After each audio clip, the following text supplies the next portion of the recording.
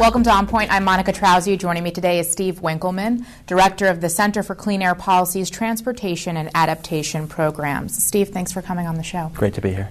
Steve, your research and work focuses on the creation of policy options in the transportation and urban planning sectors that could be complementary to a federal cap-and-trade program. Just how important is it to consider these two areas beyond just the CAFE and alternative fuels issues when it comes to transportation? How important is that in an overall cap-and-trade?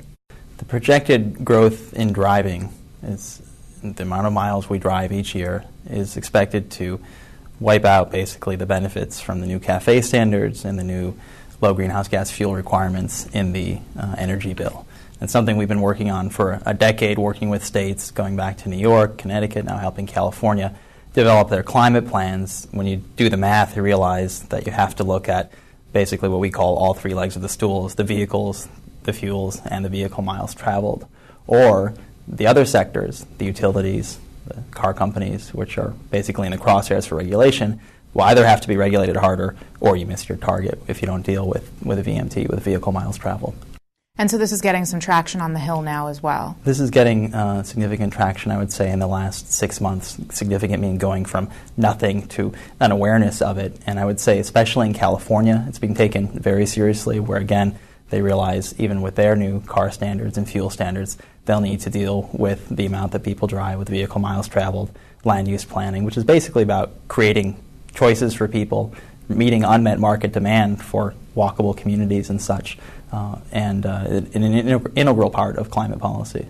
So why do we need to approach this on a federal level? Isn't it better to do it locally because each locality requires a different standard? Or why does there need to be a federal plan for it as well? There really probably needs to be a nested approach. There are responsibilities at the local level, at the state, and at the federal. Certainly land use is a local decision, and because of that there's been a lot of concern about not touching it in federal policy. Yet a number of policies encourage certain types of development, and I think probably the most important policy opportunity coming up on this front is the next transportation bill. Whether it's $300 billion, whatever the amount is, that's an investment we're going to make, and it's important to ask, is that going to help or hurt on the climate front? Right now, what's interesting is the way the formulas are set up. Because it's gas tax related, the more you drive, the more gasoline you burn, the more money you get back. But from a climate perspective, the more you pollute, the more money you get.